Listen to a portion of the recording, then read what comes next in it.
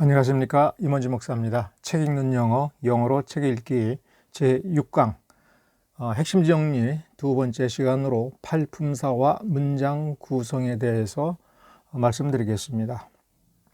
사전에서 얘기하거나 문법책에서 이야기하는 그런 정의로서의 팔품사가 아니라 실제 문장 구성에서 실제 문장 구성이니까 실전입니다. 그러니까 실전 팔품사 이런 정도로 이해하시면 될 것입니다. 자, 이거 일단 팔품사의 명칭이 있습니다. 왜 이렇게 명칭을 부여하느냐라고 할 때, 예를 들어서 명사는 그 단어의 그 어떤 성격, 이걸 가지고 명칭을 붙인 겁니다. 대명사는 명사 대신 쓰는 것이니까, 이게 명사 아니냐? 그렇습니다. 그러니까 쓰임새는 명사하고 똑같은 거예요. 근데 명사 대신 쓰는 겁니다. 근데 따로 배우는 이유는 인칭 대명사 때문에 그러하다라고 생각할 수 있습니다만, 이건 문법책에서 설명을 안 해줍니다만은 인칭 대명사라고 하는 특이한 것이 있습니다. 그건 별도의 단어고 연습입니다. 근데 항상 명사를 우리가 그 이름을 가리키는 거기 때문에 그걸 이해하고 명사라는 한자 이름을 붙였습니다. 그러나 그 대명사라고 하는 것이 인칭 대명사만 존재하는 것이 아니라 그 명사를 또 대명사로 쓸 수 있는 여러 가지 요령들이 있습니다. 그것을 이해해야 됩니다. 그래서 우리가 실제 문장에서는 문법책에서 배운 대로 인칭 대명사만 생각하고 인칭 대명사 I, you, we, he, she, they 혹은 them, him, me 이런 것들을 찾으면서 이게 대명사 이렇게 생각하기 쉬운데 그건 결정적인 미스입니다. 그건 아주 중요한 것을 놓치고 있습니다. 어떤 명사, 예를 들어서 land 혹은 country 혹은 nation 이 단어들이 쓰임새에 따라서 다 똑같이 코리아 혹은 아메리카라고 하는 국명을, 나라 이름을 대신 쓰는 것일 수 있습니다. 그러니까 어떤 단어가 무슨 뜻이다 라고 하는 것을 알았다는 것이 중요한 것이 아니라 그 뜻을 가진 그 단어를 가지고 이 문장에서는 대명사로 쓰고 있다라고 하는 것을 빨리 눈치채야 됩니다. 그 운용법들을 파악하는 데 있어서 그게 실전에서는 매우 중요합니다만 문법책에서는 인칭 대명사 활용이라고 하는 거를 이해해야 되니까 대명사라고 하는 거를 통해서 그것만 집중적으로 연습을 하고 있는 겁니다. 그 다음에 동사. 동사는 동작을 한다라고 하는 개념을 가지고 있으나 문장에서 어떤 서술부를 구성하는 그러니까 주어 다음 부분이죠. 누가 무엇을 한다 할 때 무엇을 한다 우리말로 이렇게 설명할 수밖에 없어요. 보통은 이제 그렇게 동작을 나타내는 어떤 개념을 표현하는 단어군 이렇게 얘기하고 품사라고 이름을 붙였습니다. 그러니까 명사나 대명사는 그 단어의 본성을 가지고 이름을 붙였다면 동사는 그 내용의 어떤 기능 같은 것을 보고서 이름을 붙인 거죠. 또 형용사는 명사를 꾸며주는 품사로서 성질, 상태, 수량, 나이, 무게, 키, 높이, 높낮이 이런 것들을 표현하는 품사 라고 보통 얘기를 하는데 형용사는 어쨌거나 명사를 꾸며주거나 비동사의 보어 혹은 목적 보어 자리에 들어갑니다. 본질은 그 단어 중에 무엇이 형용사냐, 형용사가 뭐냐라고 할 때 이렇게 성질, 상태, 수량, 나이, 무게, 높낮이 이런 것들을 그렇죠. 밝고 어두움 이런 것들을 표현하는 내용을 이 형용사라는 품사로 사용합니다. 그런데 여러분 일단은 영어를 그 실력을 높이는 관점에서 영어를 배울 때는 형용사의 그 사용법을 이해하고 문장 속에서 그 단어가 형용사인지 아닌지라고 하는 것을 구조에서 이해하는 게 가장 근본적인 것이고, 그런데 이 형용사일 때 이 뜻이 뭐냐고요? 사전 찾아보면 됩니다. 그러니까 사전 찾아보면 되는데 사전 펴놓고서 어디를 어떻게 봐야 될지 모르는 게 영어 실력에 있어서 가장 큰 장애물입니다. 부사는 보통 장방시, 장소, 방법, 시간을 나타날 때에 영어에서는 그것을 부사라는 품사로 규정을 합니다. 거꾸로 얘기하면 시간, 장소, 방법, 그러니까 언제, 어디에서, 어떻게, 왜 이런 식의 개념을 표현할 때는 그거를 부사 덩어리로 만들어 주는 겁니다. 자, 그러니까 명사, 동사, 형용사, 부사 4개의 이 품사는 그 덩어리를 그 품사대로 만드는 게 중요합니다. 그러니까 어떤 단어들을 혹은 개념들을 명사로 표현할 때에 요령이 충분히 습득이 돼서 그걸 명사로 만들어내는 실력을 갖추는 게 영어 공부입니다. 그리고 기존에 사용됐던 명사라 하더라도 그 명사를 다른 명사를 대신 쓰는 대명사로 쓰는 법을 이해하면 됩니다. 동사는 동사의 패턴, 기본 패턴 29개 패턴을 이해하고, 그런데 말은 29개니까 이거 29개 외운다고 되는 게 아니에요. 이거 사실 몰라도 됩니다. 근데 어떤 단어가 동사로 사용될 때 이 단어를 어떤 식으로 사용하느냐, 어떻게 쓸 수 있느냐라고 하는 것을 이해해야 되는 겁니다. 형용사는 필요하다면 명사를 가지고 어떻게 형용사를 만들어 쓰느냐, 부사를 어떻게 만들어 쓰느냐, 또 형용사가 있는데 내가 아는 건 형용사고 여기선 형용사를 써야 되는데 이 자리를 보니까 명사 자리에 넣어야 돼요. 그러면 어떻게 하면 이 형용사를 가지고 같은 뜻을 가진 명사로 만들어서 그 자리에 집어넣을 수 있느냐는 요령을 배우는 겁니다. 그러니까 이 모든 사고의 출발선이 이 품사를 규정하는 것에서부터 시작이 돼요. 이 단어는 지금 무슨 품사다. 이 품사로 쓰는 용법이 있다.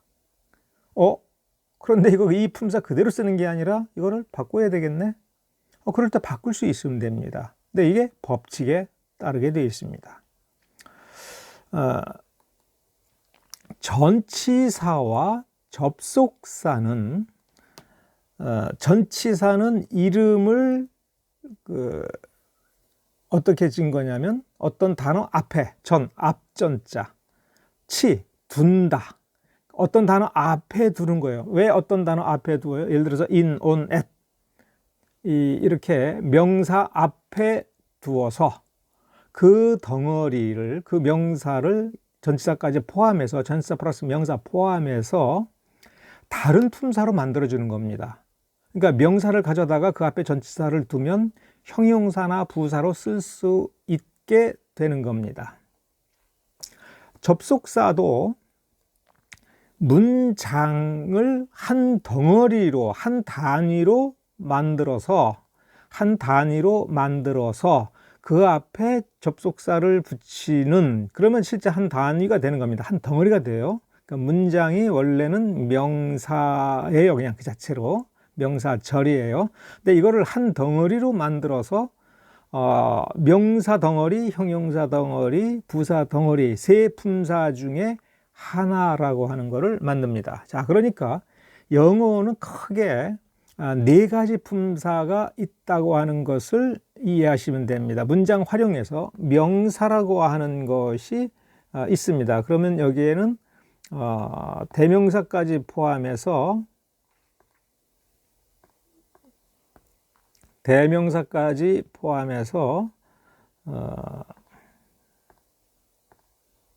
이렇게 해서 하나, 명사, 그 다음에 동사, 그 다음에 형용사, 부사, 문장 구성에서 이 4가지를 구분하는 게 필요합니다. 그래서 명사를 형용사나 부사로 만들 때 전치사가 필요합니다.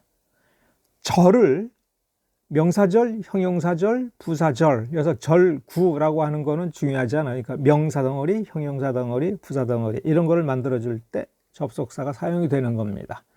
감탄사는 뭐냐 하면은 이건 예외시키기 위한 겁니다. 뭐냐 하면 기본 법칙으로서는 한 단어로는 영어 문장이 성립이 되지 않습니다. 이걸 비문이라고 합니다.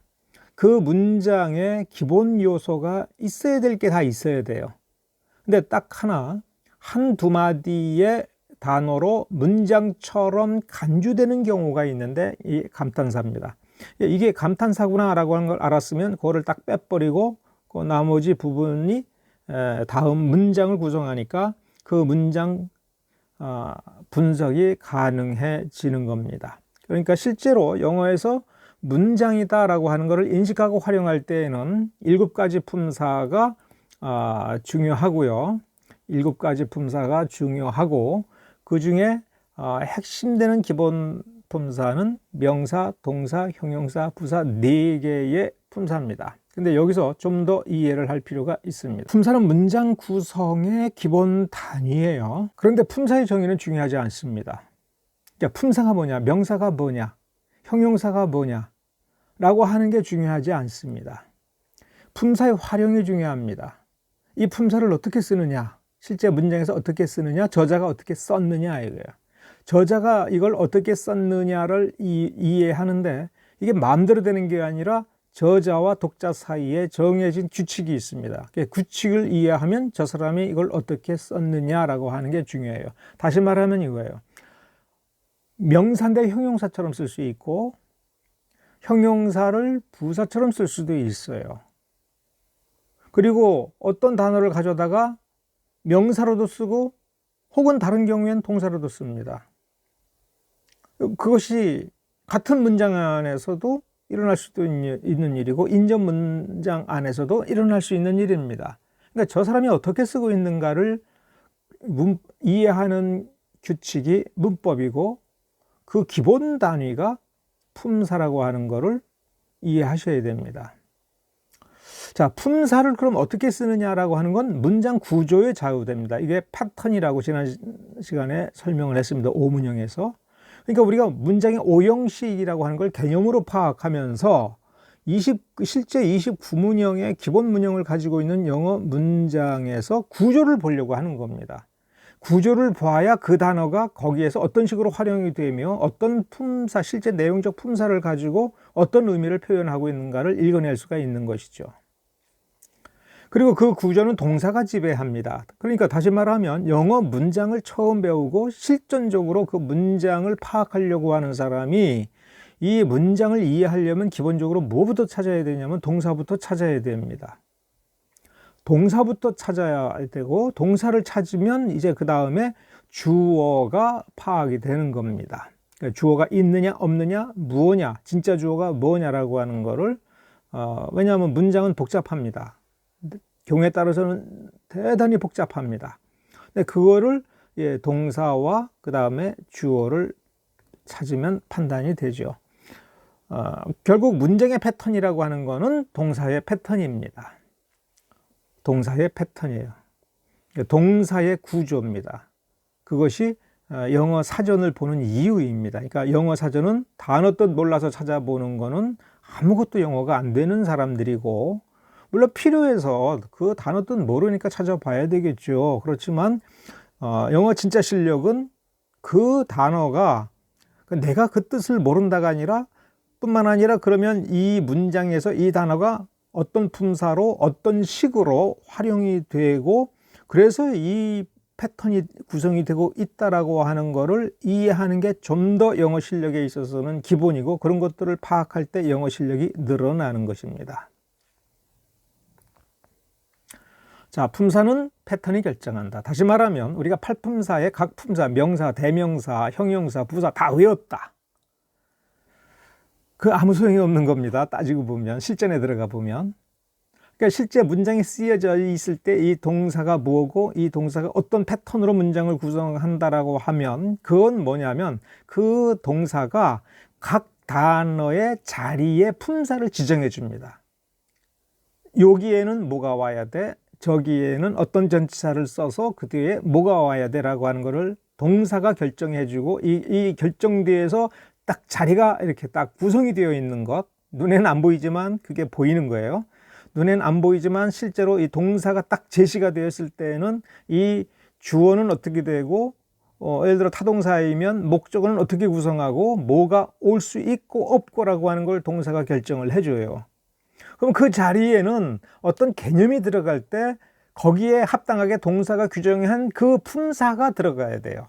결국 어떤 개념을 그 품사로 만들어주는 요령이 오문형을 배우고 기초 영문법을 배우는 목표입니다. 자, 우리가 지난 시간에 문장의 오형식이라고 하는 거를 이렇게 했죠. 내가 그때 이건 치명적 결함이 있다고 얘기했지 않습니까? 왜 그러냐 하면 그때도 얼핏 설명을 드리기를 이건 문장에 대해서 생각하고 나서 완료된 결과로 나타난 거예요. 문제는 어떤 단어가 그게 몇 형식이냐라고 하는 거를 파악하는 게 영어 공부의 기초 공부의 목적인데 그 과정을 다 생략하고 너희들은 생각할 거 없어. 머리 비워. 이거 5개 문형 외워. 이건 몇 형식이야. 다 그런 줄 알아. 이렇게 넘어가 버린 겁니다. 그럼 실제 영어 문장으로 돌아가 보면 이렇게 돼 있는 거예요. 하얀 공백이 다 뭐예요? 단어들이에요. 이 단어가 무언지. 자, 그럼 좀 더 실감나게. 이렇게. 왼쪽에 형식을 다 빼봐요. 다 똑같아요. 단어들이 쭉 늘어나 있어요. 그러면 이게 몇 형식인지 어떻게 알아요? 그러니까 팔품사를 가지고 이제 고민을 해야 되는 겁니다.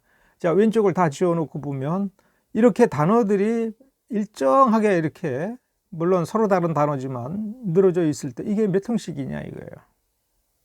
자, 이렇게. 이게 몇 형식이에요? 자, 그러면 어디를 봐야 이게 몇 형식인지 아는지를 눈치채야 돼요. 자, 비동사. 비동사가 있다고 쳐요. 이거 어디에 들어가야 돼요?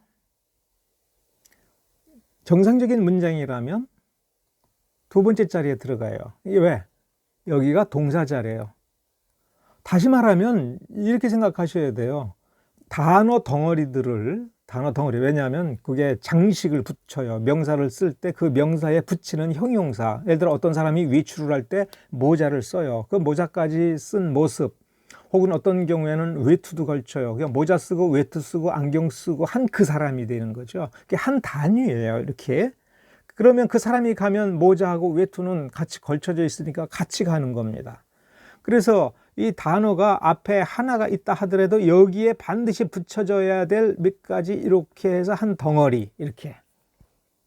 그러면 이제 두 번째 덩어리가 이게 동사 자리인 겁니다.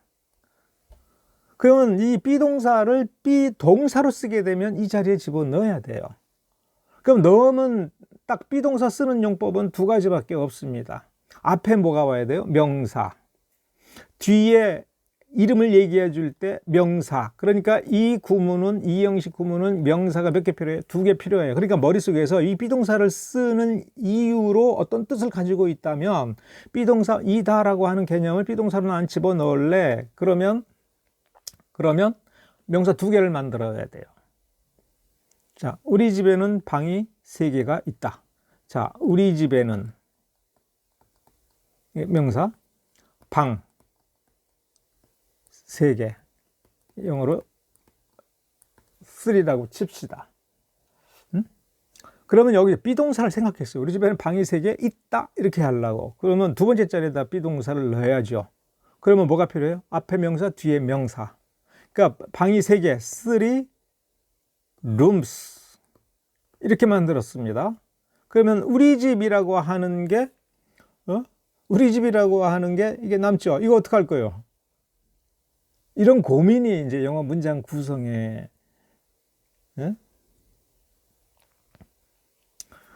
자, 그러면 이제 일단 비동사를 쓰기로 했으니까 있다 없다, 방 있다 없다. 이건 되어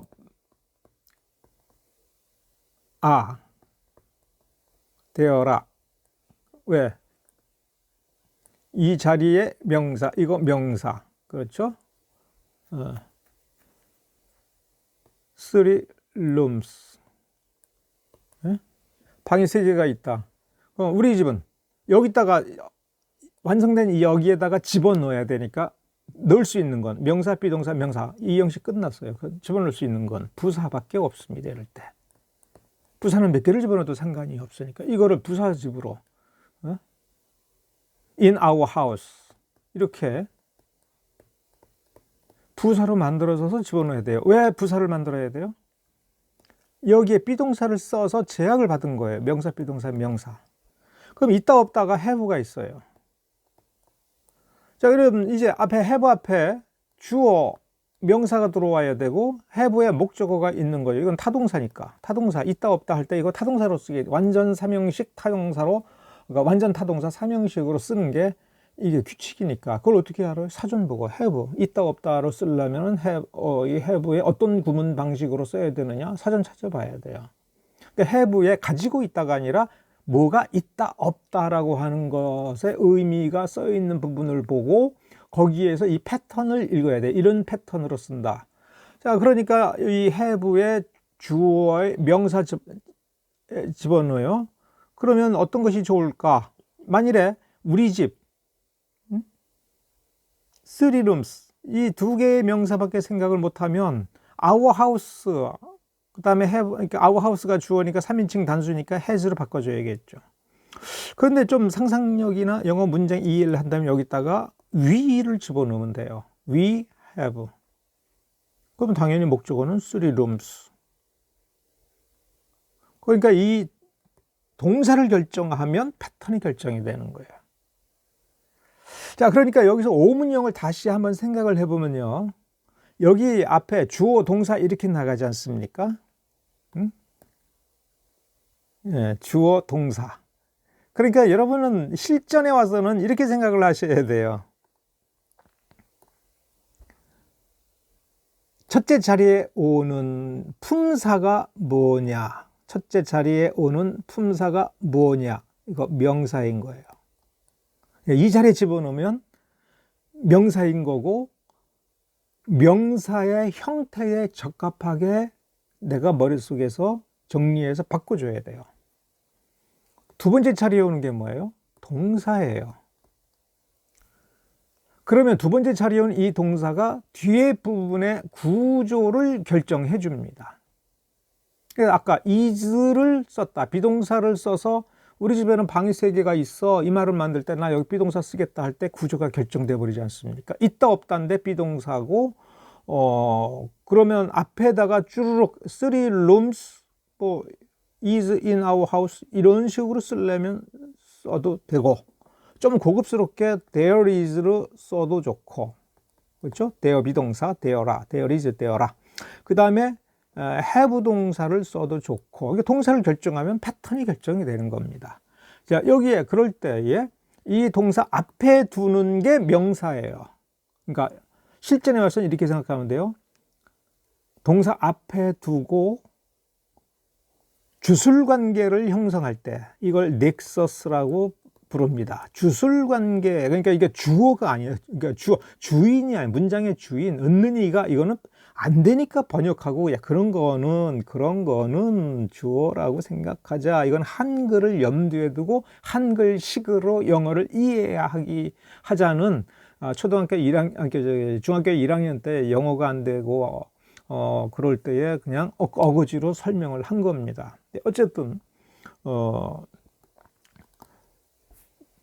동사 앞에 두는 게 명사고 이 동사가 타동사일 경우 바로 뒤엔 뭐가 와야 돼요? 명사가 와야 돼요. 목적어가 오는 게 아니라 명사가 와야 돼요. 그러니까 명사, 동사, 명사 이 구문이 기본형이에요. 이 동사가 비동사면 2형식이 되고 타동사 3형식이 되는 겁니다. 그런데 이 동사의 성격에 따라 타동사의 그 패턴이 여러 개가 되는 거예요. 패턴이 여러 개, 20개가 넘는 거예요. 그러니까 여기 구조가 20가지 방식이 있다. 20가지 넘는 방식이 있는 겁니다. 왜냐하면 여기 또 자동사도 또 있으니까 다 합해서 기본이 29개 문형입니다. 그때 여기에 들어갈 품사가 정해져 있어요. 그러니까 그것을 익히는 것. 그러니까 오형식을 외워서 되는 게 아니라 따져보고 여기 하나하나 따져보고 이 패턴에 따라서 내용을 파악한 뒤에 보니 이 5가지 개념 중에, 그러니까 문장 개념 중에 하나 들어가더라. 그리고 가끔 이 오형식에 있어서 이 개념을 파악할 때 이 중간에 그 어떤 상관관계를 이해할 때 이게 뭐더라 할 때 개념을 따져볼 필요가 있어요. 그러면 아하, 이게 이런 개념이니까 이게 이렇게 연결이 되겠구나. 이렇게 구조를 파악할 때에 도움받을 수가 있는 겁니다. 자, love라고 하는 단어가 있어요. 이게 품사? 이렇게 따져. 품사? 이건 뭘까? 이 love라는 단어를 어디다가 집어넣느냐에 따라서 품사가 바뀌어요. 자, 아까 첫 번째 덩어리의 자리에 오면 이건 명사 자리라고 그랬죠. 두 번째가 동사 자리라고 그랬죠. 얘를 여기다가 집어넣으면 명사니까 명사고 동사 앞이니까 이건 주어가 되는 거예요. 그러니까 문법상 주어예요. 그러면 예를 들어서 love is beautiful 이렇게 나갈 수 있는 거예요. 그러면 여기서 love는 주상명사로서의 love가 됩니다. 그러면 얘를 두 번째 자리에 놓으면 뭐가 되는 거예요? 이게 동사 자리잖아요. 그러니까 동사가 되는 거예요. 주어가 사랑한다. 누구를. 왜? love를 사전에 찾아보면 이런 때 타동사로 쓰는 거니까. 명사, 동사, 명사예요. 그러면 이 love도 당연히 동사 뒤에 놓을 수 있죠. 그러면 여기 동사가 뭐냐에 따라서 목적어 love를 뭐 한다. 예를 들어 need, 필요로 한다. 난 필요해. 난 사랑을 필요해. 그 누구의 사랑이냐? 뭐 your love. 뭐 이런 식으로 형용사의 수식을 받는 your love. 그러니까 어느 자리에 집어넣을 거냐. 이거를 보고 뜻이 바뀌는 거예요. 그러니까 love가 명사 자리에 집어 들어가면 이 love는 무슨 뜻이 돼요? 사랑. 우리 개념적으로 사랑. 두 번째 자리에 집어넣으면 사랑하다. 다시 세 번째 자리, 이거 명사 자리에 집어넣으면 또 사랑. 근데 여기서 사랑은 지금 다 추상명사입니다. 어떤 사랑인지, 구체적인 사랑인지 이게 전혀 규정이 되어 있지 않은 거예요. 그러니까 이거를 규정해 줘야 구체적인 뜻이 돼요. 네가 조금 전에 말한 그 사랑은 사랑이 아니야. 지금까지 네가 한 사랑은 사랑이 아니야 라고 할 때 이 사랑은 구체적으로 제한된 거예요. 그건 개념이 틀린 겁니다. 그냥 막연히 사랑. 그러니까 우리는 한국 사람들이 한글을 쓰면서 이게 한글은 폐음 문자예요. 발음만 나타낸 겁니다. 그러면 이 사랑이라고 하는 이 단어가 가리키는 그 실체, 지금 말하고 있는 그 사랑이 구체적으로 추상적인 사랑인지 구체적인 어떤 사랑인지 이게 구체적으로 실제적으로 정리가 안 돼 있지 않습니까? 이거를 생각하는 힘이 그 밑에 깔려 있어야 돼요. 그래서 영어 오문형이든 뭐든 이거 백날 외운다고 영어가 늘어나는 것이 아니고 이 문법은 규칙입니다. 이 규칙을 통해서 영어 실력이 늘어나려면 그의 사상이 풍부해지고 생각이 매우 정확한 이 인지력, 사고력, 분석력, 이해력이 높아져야 되는 거예요. 근데 우리의 기본적인 영어를 공부할 때에 영어는 우리의 나라는 사람의 인식 구조하고 아무 상관이 없는 것이 아니라 내가 가지고 있는 생각의 세계를 표현하고 다른 사람의 생각의 세계를 받아들이는 어떤 장치가 이 언어라고 하는 장치입니다. 그러니까 상대방이 쓰는 게 영어예요. 그 영어가 상당히 고도로 정교하게 사용하면 그거를 정교한 그 영어의 그 생각을 따라가는 내 생각이 한글로 풍성해져야 돼요. 내 생각이 풍성해지는 것만큼 영어로 표현된 그걸 이해할 수가 있는 겁니다. 이게 언제 이게 문제가 많이 발생하냐면 성경이에요. 성경은 굉장히 깊고 신비로운 내용을 가지고 있어요. 근데 내가 이 머리가 매우 단순해. 그럼 뭐만 받아들일 수 있어요? 성경의 기록 중에 단순한 것만 받아들여요. 또 내가 사고가 적극적이지 못하고 피동적이고 누가 얘기해 주는 것만 겨우겨우 이해를 해요. 그럼 내가 성경 읽고서 내가 얼마나 이해해요? 누군가가 말해주고 말해주는 것만큼밖에 이해를 못합니다. 그러면 성경을 깊이 있게 이해하려면 내 사고력이 발달돼야 돼요. 신비로운 메시지를 우리에게 줄 때에 그거를 따라잡을 수 있는, 물론 근본적인 그게 가능한 어떤 힘은 우리 안에 있습니다. 믿음이고 성령의 인도하심입니다. 그런데 내가 성령의 가르침을 찾지도 않고 또 성령의 인도하심을 따라 내가 발전하지도 않는다면 그 메시지는 공허하게 우리를 스쳐 지나갈 뿐입니다. 자, 이 R.C. 스프라울의 첫 번째 패러그래프의 첫 번째 문장입니다. 다시 한번 얼핏 지나가면서 이 구조에 대해서 한 2번 정도 다루었는데, 대개 한국 사람들이 영어 이렇게 문장을 볼 때 한글과 어순이 반대라고 생각해서 맨 처음에 한 2개 문장 번역하고는 문장 끝. 예를 들어 이 경우에는 대개 each other's spiritual company 일로 가서 그 각자의 서로의 영적 교제로 들어가는 길을 거의 찾지 않았다, 찾으려 들지 않았다, 뭐 이런 식으로 해서 뒤에서부터 번역해 들어오는데 그거는 이제 씨름하는 겁니다. 진짜 씨름하는 거예요. 저자가 어떻게 썼겠습니까? 앞에서부터 한 단어 한 단어 앞에서부터 써오는 겁니다. 자, 그러니까 이거를 볼 때에 여러분들은 어떻게 생각을 하셔야 되냐면, 맨 앞에서부터, 자, 파일, 품사 뭐예요? 8품사 중에 빨리 찾아야 돼요. 8품사 중에 이제 감탄사 빼고 7개. 파일, 접속사, only, 부사, generation, 명사, 어고가 붙었으니까 이거는 부사. 그러니까 generation을 명사를 가져다가 부사를 만드는 겁니다.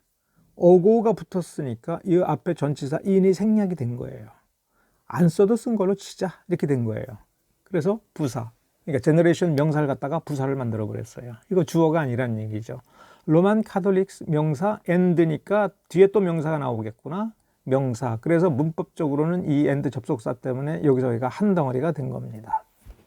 그러니까 이게 주어가 돼요. 왜 주어예요? 자, 봐요. 로만 카톨릭스 앞에 아무것도 없잖아요. 즉 전치사가 없지 않습니까? 그러니까 순수한 명사 덩어리예요. 이거를 주어라고 부르는 거예요. 얻는 이가 행위자여서가 아니에요. 행위자가 아니에요.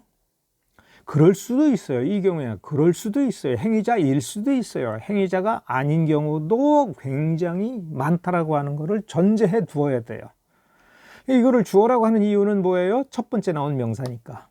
첫째 자리를 차지하고 있는 거니까 이건 명사여야 되고 명사로 사용된 겁니다. 안 그러면 비문이 되는 거예요.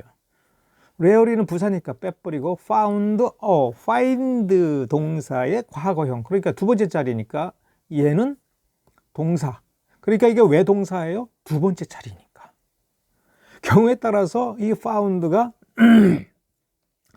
여러분 그 사전에서 찾아보면은 found를 찾아보면 두 가지가 있는 걸 알 수 있어요. find의 과거 혹은 과거분사. 그러면 이게 무슨 차이가 있어요? 과거와 과거분사? 이걸 이해를 하셔야죠. 과거까지 동사의 현재 시제와 과거 시제 이 두 가지는 동사로 쓴 겁니다. 이건 동사예요. PP, 과거분사는 동사가 아닙니다. 그리고 과거분사는 혼자 사용될 수 없는 어떤 문법적인 모습이에요. 얘는 항상 have 플러스 pp 형태든지 be 플러스 pp 형태로 사용되니까 단독으로는 쓸 수가 없어요. 단독으로 나왔더라도 얘는 그러면 이게 생략이 된 겁니다. have나 be. 자, 그러니까 얘 found 앞에 have가 있냐 be냐 문장 구성상 이거는 have나 be를 생략할 수 없는 구조예요. 그러니까 얘는 found가 동사로 사용된 거니까 이 found 동사는 별도로 동사가 있다면 걔를 집어넣어야 돼요. 그 다음에 find의 동사인지, 즉 현재 시제로서의 found 동사인지 find의 과거인지 둘 다 찾아보는 게 영어 초보를 탈출하는 가장 빠른 길입니다. 다 찾아보고 고민을 해봐야 돼, 그죠? 그 이제 좋은 사전에는 이렇게 find the way, find one's way 이렇게 되어 있을 겁니다. 그 다음에 into 전치사까지. 자, 그러니까 into 전치사니까 얘는 혼자 쓸 수 없어요. 전치사는 혼자 쓸 수 없어요. 전치사 같은데 혼자 쓰면 얘는 부사인 거예요. 그러니까 in 같은 경우가 그렇죠. 전치사로 쓸 때가 있고 부사로 쓸 때가 있고 on도 그렇고요. 전치사로 쓸 때가 있고 부사로 쓸 때가 있고. 그럼 전치사로 쓴다는 건 뒤에 있는 명사와 결합을 한다는 거예요. 뒤에 있는 명사는 뭐예요? company. 이 company를 수식해주는 형용사 spiritual 한 단어로 된 형용사니까 앞에 두었어요. 그 다음에 each others에 아포스트로프 s가 붙을 때는 이 명사 덩어리를 이렇게 아포스트로프를 붙여서 형용사로 쓰겠다는 거예요. 그런데 이거 무슨 형용사? 보통 일반적인 성질 상태의 형용사보다는 더 강력한 정관사급, 관사급 형용사로 쓰겠다는 겁니다. 그러니까 여기서부터 여기까지 명사 덩어리. 그래서 into서부터 여기까지 부사, 전치사 구 덩어리.